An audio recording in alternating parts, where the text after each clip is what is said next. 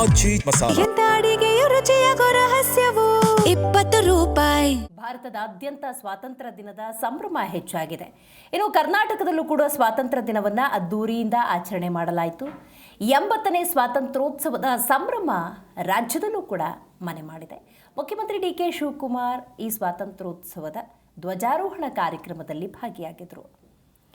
Manik Shah parade ಮೈದಾನದಲ್ಲಿ ಅದ್ದೂರಿ ಕಾರ್ಯಕ್ರಮವನ್ನು ನೆರವೇರಿಸಲಾಯಿತು. ಮುಖ್ಯಮಂತ್ರಿಯಾಗಿ ಡಿ ಕೆ ಶಿವಕುಮಾರ್ ಮೊದಲ ಬಾರಿಗೆ ಧ್ವಜಾರೋಹಣ ಮಾಡ್ತಾ ಇದ್ದಾರೆ.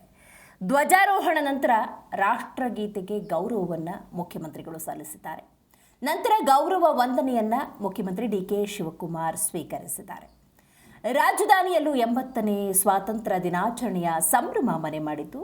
ಕರ್ನಾಟಕದಲ್ಲಿ ಸ್ವಾತಂತ್ರ್ಯೋತ್ಸವದ ರಂಗು ಹೆಚ್ಚಾಗಿದೆ. ಮಾಣಿಕ್ ಷಾ ಪರೇಡ್ ಮೈದಾನದಲ್ಲಿ ಅದ್ದೂರಿ ಕಾರ್ಯಕ್ರಮವನ್ನು ಆಯೋಜನೆ ಮಾಡಲಾಗಿತ್ತು. ಮುಖ್ಯಮಂತ್ರಿ ಡಿ ಕೆ ಶಿವಕುಮಾರ್ ಮೊದಲ ಬಾರಿಗೆ ಧ್ವಜಾರೋಹಣ ಮಾಡಿದ್ದಾರೆ. ಧ್ವಜಾರೋಹಣದ ನಂತರ ರಾಷ್ಟ್ರಗೀತೆಗೆ ಗೌರವವನ್ನು ಸಲ್ಲಿಸಿದ್ದಾರೆ. ಇನ್ನು ಈ ಸಂದರ್ಭದಲ್ಲಿ ದೇಶದ ಜನತೆಗೆ ಸ್ಪಷ್ಟ ಸಂದೇಶವನ್ನು ರವಾನೆ ಮಾಡಿದ್ದಾರೆ. ದೇಶದ ಅಭಿವೃದ್ಧಿ ಕಡೆಗೆ ನಾವೆಲ್ಲರೂ ಒಟ್ಟಾಗಿ ಸಾಗೋಣ ಅನ್ನುವಂಥ ಸಂದೇಶ ಕರ್ನಾಟಕ ಮುಖ್ಯಮಂತ್ರಿ ಡಿ ಕೆ ಶಿವಕುಮಾರ್ ಅವರದ್ದು. ಪಂಚ ಗ್ಯಾರಂಟಿ ಕರ್ನಾಟಕ ಮಾದರಿ ಎಂದು ಜನಪ್ರಿಯವಾಗಿದೆ. ಪಂಚ ಗ್ಯಾರಂಟಿಗಳನ್ನು ನೀಡಿ ನಾವು ಮಾತನ್ನು ಉಳಿಸ್ಕೊಂಡಿದ್ದೀವಿ ಅಂತ ಧ್ವಜಾರೋಹಣದ ಬಳಿಕ ಮುಖ್ಯಮಂತ್ರಿ ಡಿ ಕೆ ಶಿವಕುಮಾರ್ ಹೇಳಿದ್ದಾರೆ. ಕುಡಿಯೋ ನೀರು, ರೈತರ ಪರ ನಮ್ಮ ಬದ್ಧತೆ ಅನ್ನೋದು ಖಂಡಿತ ಇರುತ್ತೆ ಅಂತ ವಿಶ್ವಾಸದ ಮಾತುಗಳನ್ನು ಆಡಿದ್ದಾರೆ. ಬೆಂಗಳೂರಿನಲ್ಲಿ ನೀರಿನ ಸಮಸ್ಯೆ ತಪ್ಪಿಸುವುದಕ್ಕೆ ಹೊಸ ಯೋಜನೆಗಳನ್ನು ರೂಪಿಸ್ತೀವಿ ಅನ್ನುವಂಥ ವಿಚಾರವನ್ನು ಕೂಡ ಇವತ್ತು ಪ್ರಸ್ತಾಪ ಮಾಡಿದ್ದಾರೆ. ಪಂಚ ಗ್ಯಾರಂಟಿಯ ಮೂಲಕ ಜನರಿಗೆ ಬದ್ಧತೆಯನ್ನು ತೋರಿಸಿದ್ದೇವೆ ಅಂತ ಡಿ ಕೆ ಶಿವಕುಮಾರ್ ಮುಖ್ಯಮಂತ್ರಿಗಳು ಇವತ್ತು ತಿಳಿಸಿದ್ದಾರೆ.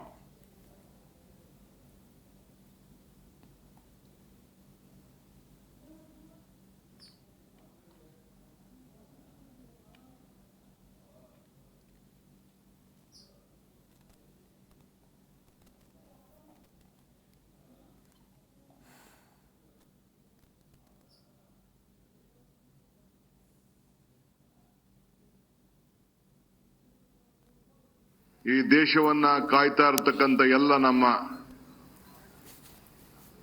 ಮೂರು ಅಂಗವಾಗಿ ಭಾರತದ ಸೇನೆ ಮತ್ತು ಎಲ್ಲ ಸಂಬಂಧಪಟ್ಟಂತ ಎಲ್ಲ ಈ ಡಿಫೆನ್ಸ್ ಫೋರ್ಸಿನ ಎಲ್ಲ ಅಧಿಕಾರಿ ಮತ್ತು ಸಿಬ್ಬಂದಿ ಮಿತ್ರರೇ, ನಮ್ಮ ನಾಡಿನ 7.5 ಕೋಟಿ ಕನ್ನಡಿಗರು ಮತ್ತು ಎಲ್ಲ ಭಾರತೀಯ 80ನೇ ಸ್ವಾತಂತ್ರ್ಯದ ಶುಭಾಶಯಗಳನ್ನ ಈ ಪವಿತ್ರವಾದಂತಹ ದಿನ ತಮಗೆ ನಾನು ಈ ರಾಜ್ಯದ ಜನತೆ ಪರವಾಗಿ ಅರ್ಪಿಸ್ತಾ ಇದ್ದೇನೆ.